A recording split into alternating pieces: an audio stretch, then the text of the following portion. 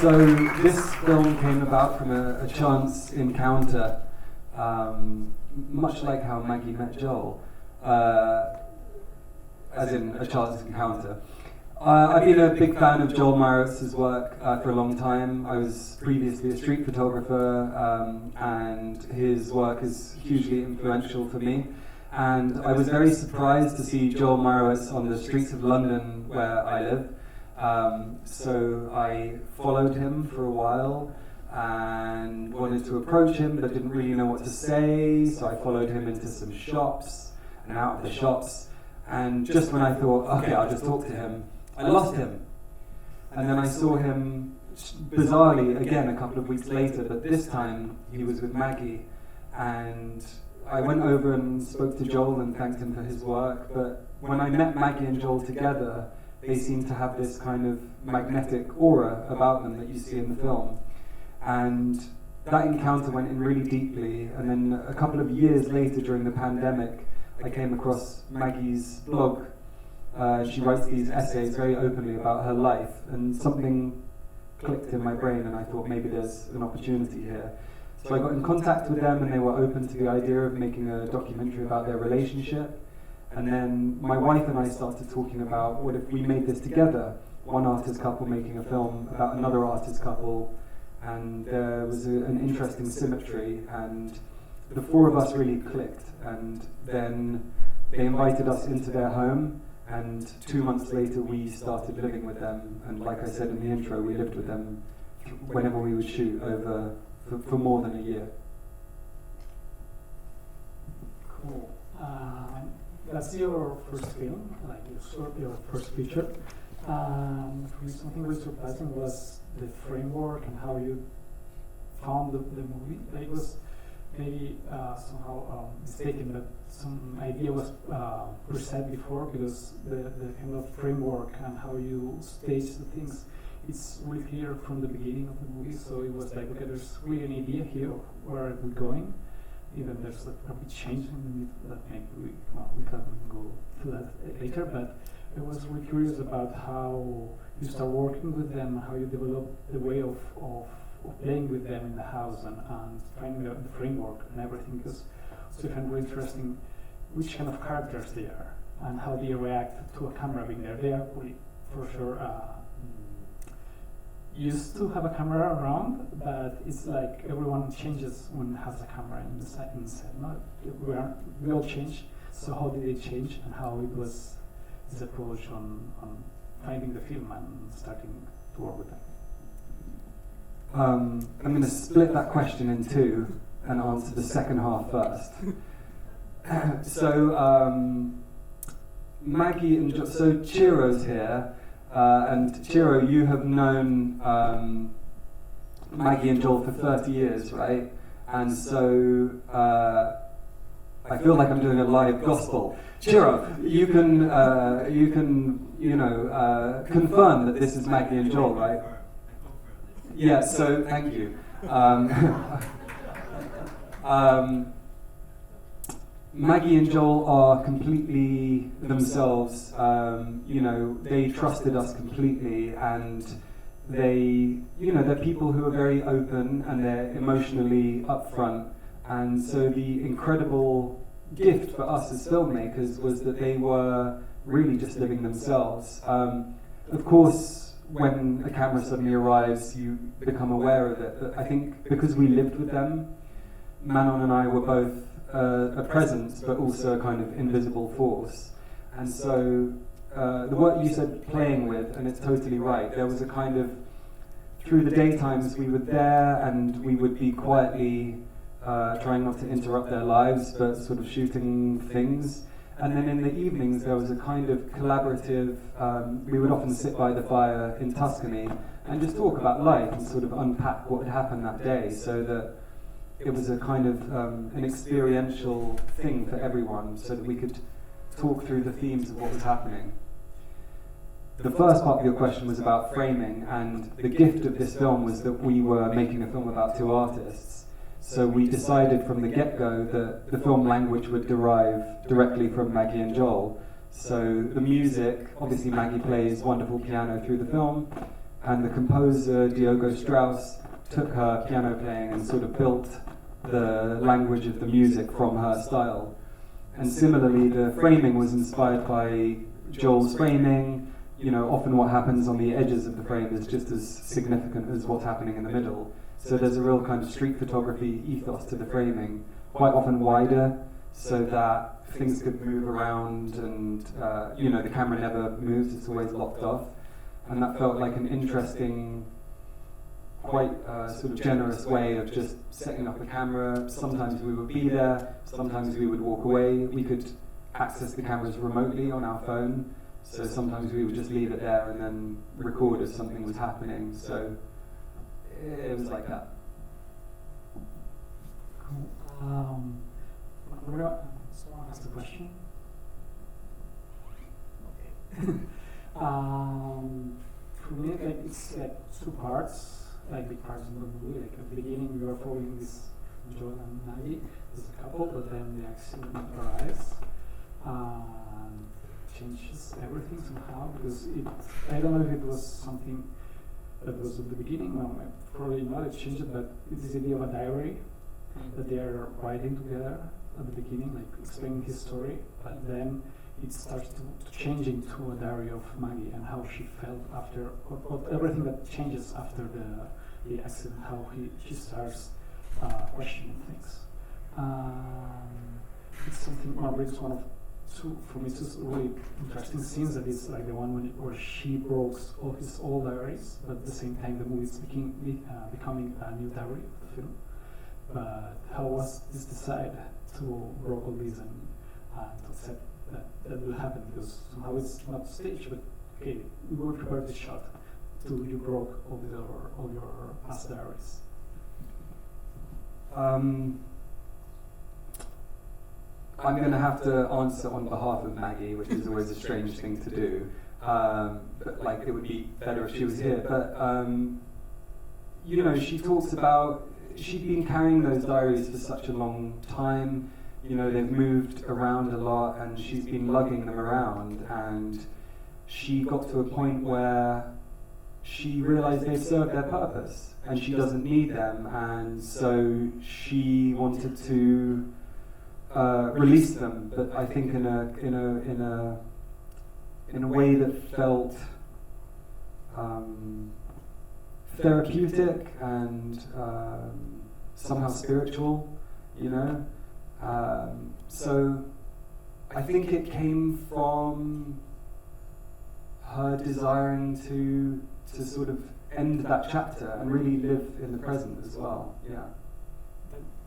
Did that bring something to all the confession and it's coming the voiceover that we are hearing? That's this association with that?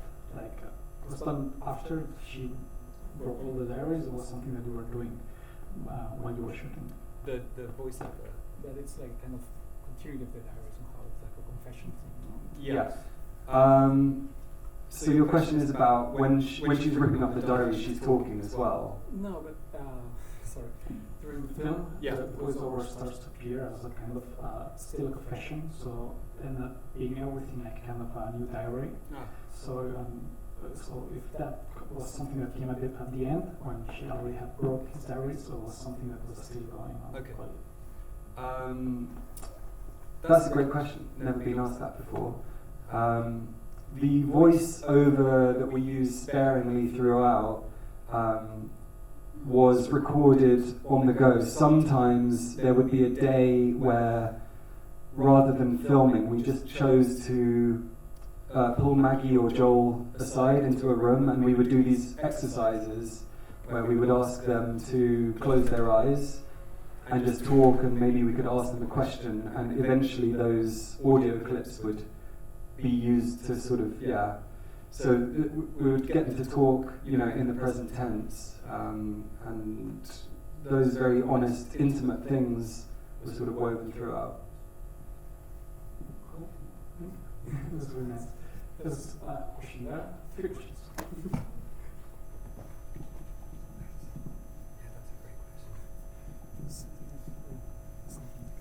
Hi. Yeah. Do you hear me? Yeah. Yeah. So Jacob, first, I an amazing art piece that you did here. Seriously, such an amazing work. And I wanted to ask. I was wondering when I started studying filmmaking of this entire world cinema. One day I started bumping into documentary cinema, and now with your project here, I was wondering how when you started to get interested by Joel, you met him and everything, and you saw him, you said, okay, how can me, with the age that I have, because maybe what was your age when you saw Joel presentially in person? I don't know, in my early 30s. Okay, so how in that time you said, okay, how can I propose to this artist that I like, to this couple, this project? How can I pitch it so they're interested and not scared, but maybe because maybe the way I think is they're in their elderly age, they want to be by themselves. So how can me, an artist, get into that intimate space, without showing that it's me just for money purposes or anything like that? How did you pitch that to them? That's a really great question. I think that when I approached them, it came from such a genuine place. The encounter that I had with them on the street was brief, but I think genuine. And when Maggie and Joel have been asked about this, I think that firstly, the approach was making a film about Maggie and Joel as a couple. Joel gets approached to make films about him all the time, and sometimes he does them, but obviously they're sort of artist documentaries. This was a study of a relationship, and I think immediately there was something interesting for them there. And then also, as Manon and I got to know them, there was a kind of trust that formed between us, and you can't fake that. I mean, you just have to really genuinely be yourself, and even sometimes admit we don't know what we're doing here. There's a feeling, and when you talk about feelings with an artist, they understand that word feeling. It's just, if you just have enough of a spark, and that's what you want to sort of pursue, then that's enough to go on, which is harder to pitch to someone, to a financer. They're we don't finance feelings. But for them, it made sense to them. And we also had our previous portfolios of our work to show that we could, that we were capable. But the fact that it was our first documentary, I think also gave Manon and I a genuine innocence as well. Hey, let's see what happens here. We don't really know what we're doing, but maybe that's fun. Got it. Okay, thank you so much.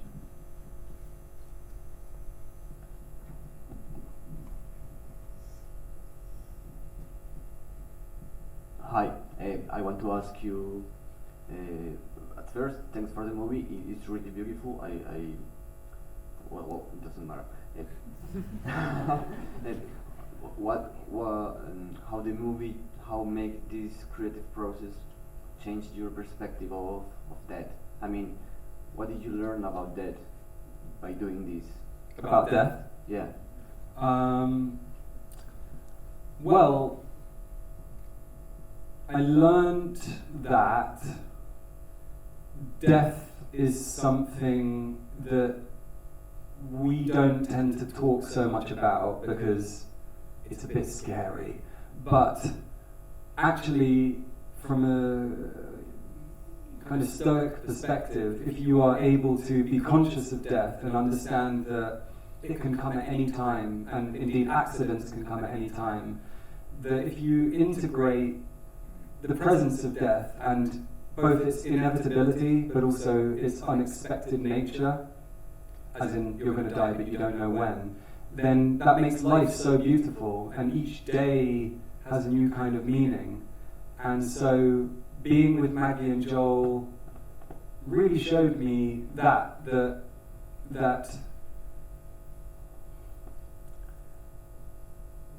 inevitability of death is not a bad thing. It is actually a beautiful thing if you can use it in your life itself. Yeah.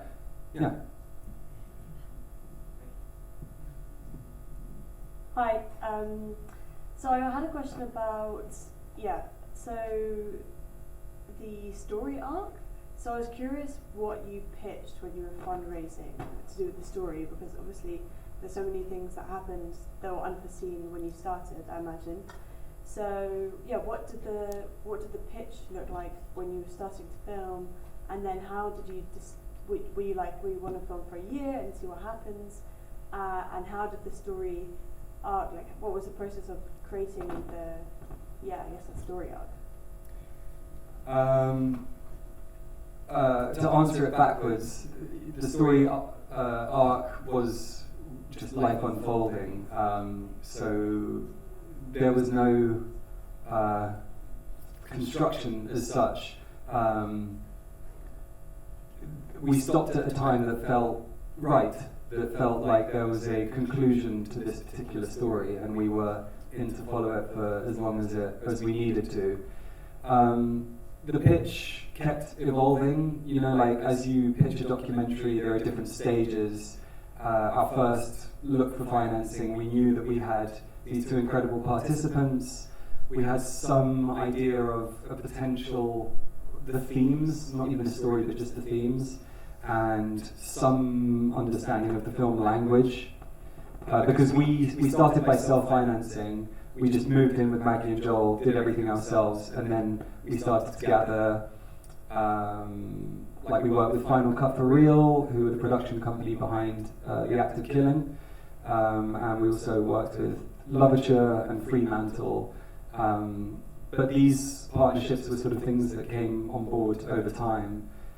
We pitched at the CPH Docs Forum in 23 and sort of edited a sizzle for that. So the pitch got stronger as we gathered more material, and then we were able to talk more about where we thought it was going rather than at the start. It was just us collecting and seeing.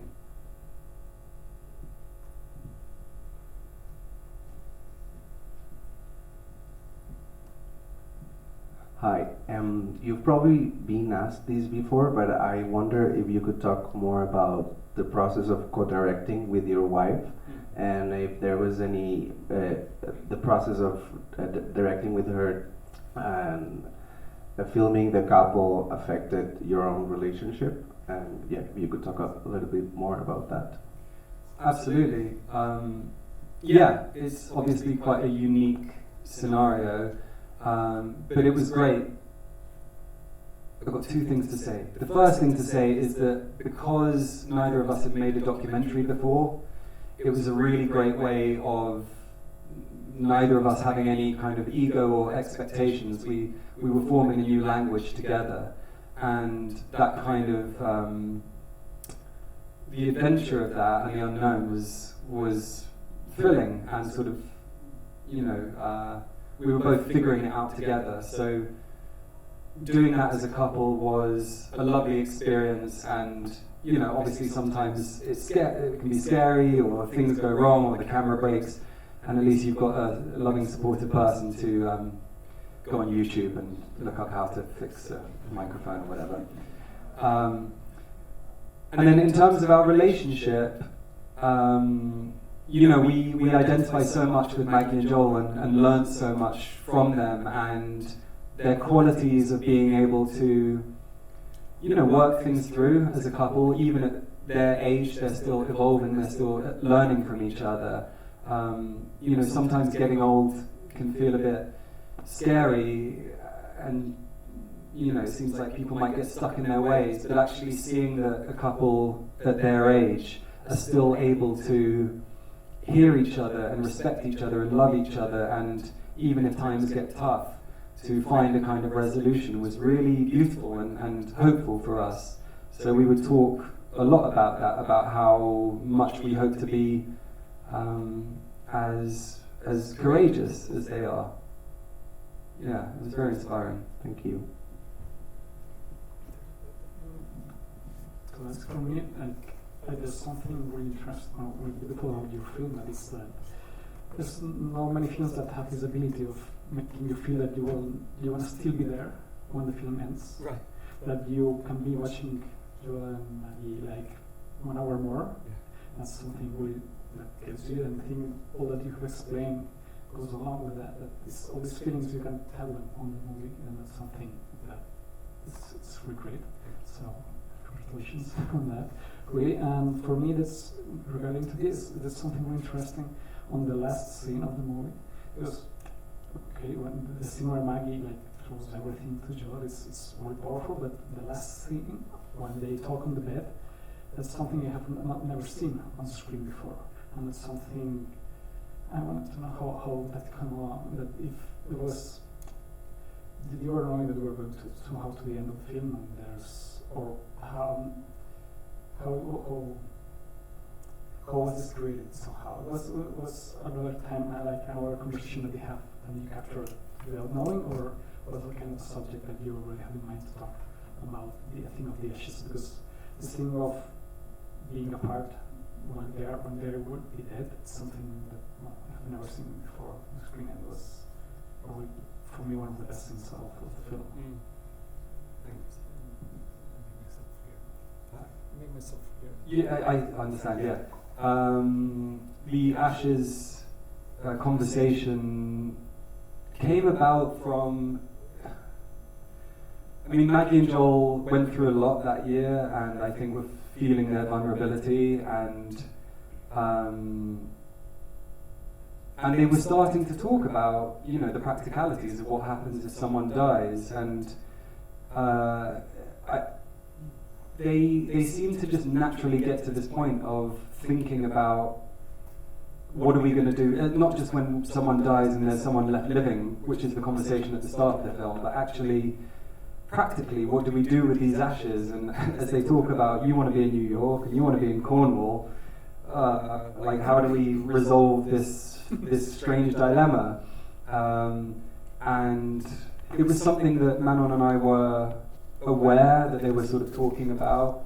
And I remember setting up that shot. They were in bed. We would quite often just leave microphones in rooms, and that was early in the morning. They had just woken up, and they were talking, but didn't really want to get in the room to spoil things, so just found a frame sort of through that doorway and found, can see them both here. And actually, post-rationalizing it, I love that frame because it feels like we're starting to back off. But yeah, just one of those early morning sort of conversations that I think it was just floating around their consciousness a lot at that time. Thanks again. As the others have mentioned, that was beautiful and makes me want to go to Tuscany tomorrow. My question is, you're dealing with two subjects who are storytellers, and both in the written form and visually, and so both during the filming process and in post-production, how involved are they? Are they, is Joel having a strong opinion on how to frame the shot and how to tell the story after, or were they fully hands-off? Where are you? I'm here. Oh, hi. Cool. Did you say during shooting as well? Yeah. Okay. I was distracted because I couldn't see you. No, I'm sorry. No. I just said hi first. No, hi. I thought it was God. Anyway, they were totally hands-off. It was pretty,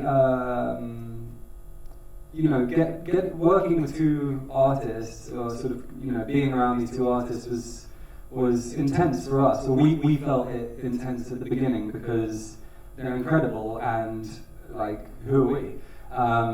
But there was a moment pretty early on where we showed Maggie and Joel a clip of something that we shot, and Joel put his hand on my shoulder and gave it a squeeze, and that just said everything. And from that point forth, we didn't show them anything, no rushes. They were incredibly disciplined as well in the way that they would. Obviously, they were curious. We spent a year editing the film, in Copenhagen with our co-producers, but they didn't ask any questions. We all sort of maintained our relationship outside of the film and just kept it sort of between us, and then we'd be sort of quietly working on the film. And they first saw the film when we were a week away from Picture Lock. And they came to Copenhagen to come and watch it, and they sat and watched it and had no notes. And that was amazing because, you know, obviously we were open to, is there anything that they didn't feel represented them, or, you know, is there any problems? They were totally happy and felt represented. And I think a big part of that was because we were working with an editor, Stefan Wagner, in Copenhagen, and, you know, of course he's got fresh eyes on the material, and he wasn't there when we were shooting it, which is great perspective. But also he would ask us at the end of every day of editing, are you sure this was Maggie and Joel? Is this truly them? And if Manon or I felt maybe not, then we would sort of tear that up and start fresh the next day.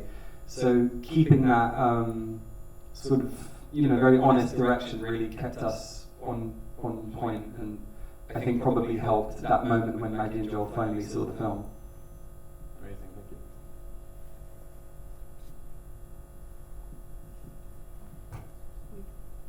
Hello, good night. Thank you for this beautiful film. And my question is about the sound recording during 1 year. In the private life, how do you make to put the microphone so get a good quality of audio, and in the bed, in a lot of places, it's a bit crazy to think how to negotiate that with them. Yeah, try doing it. My wife, Manon, did the sound, so I'm answering on behalf of her. This was her first ever time of doing sound as well, which is mind-blowing to me because she did such a great job. So we would put microphones on Maggie and Joel every day. They were up for wearing these, you know, little invisible lav mics, and that was a huge blessing. The fact that they were up for always, you know, walking around with microphones, and then, you know, things like the bed. Because a lot of how we made the film was interiors, and we sort of had opportunity to plant microphones in different spaces. It's not like the whole house was rigged with CCTV, but if we could feel that, oh, something's going to be happening here, or they're going to be having a bath, or they've gone to bed, then we could, you know, put a microphone on little shelves became our best friends. Like any surface, this bin, great to put a microphone on. And because the cameras were locked off, it also meant that we could put a microphone, you know, out of shot or behind a teacup or something like that. I think that was our last question, wasn't it? Sure. We have one more. Okay, we do last one. First of all, congratulations again. Maybe you've already responded, but I wanted to ask you, how did you manage to not appear, to make yourself quite invisible as a viewers and as a roommates with them? Because sometimes it seemed like they were recording themselves, and I wanted to ask you, how did you manage to not appear? We avoided mirrors. They did record some bits themselves, so when Maggie breaks her leg, Joel was filming that great scene with the Italian doctor. Joel filmed that, obviously their video diaries, so that iPhone stuff was them, because we weren't there. The invisibility thing really, you know, firstly we put the cameras on tripods, so it became not such a big thing. The cameras were also very small and unobtrusive, and because we didn't have a big setup, so our presence as human beings is normal because we're all used to having humans around. And the cameras just became these sort of unobtrusive objects. So I think because we spent so much contact time with them, you know, after a couple of weeks, it just became the new normal. And I think that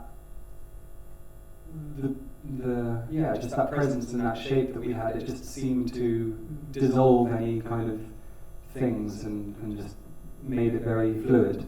Because of who they are and who we are, who knows what it could have been with if you changed any of those factors, but for this film, it worked. Thank you. Thanks for coming, everyone.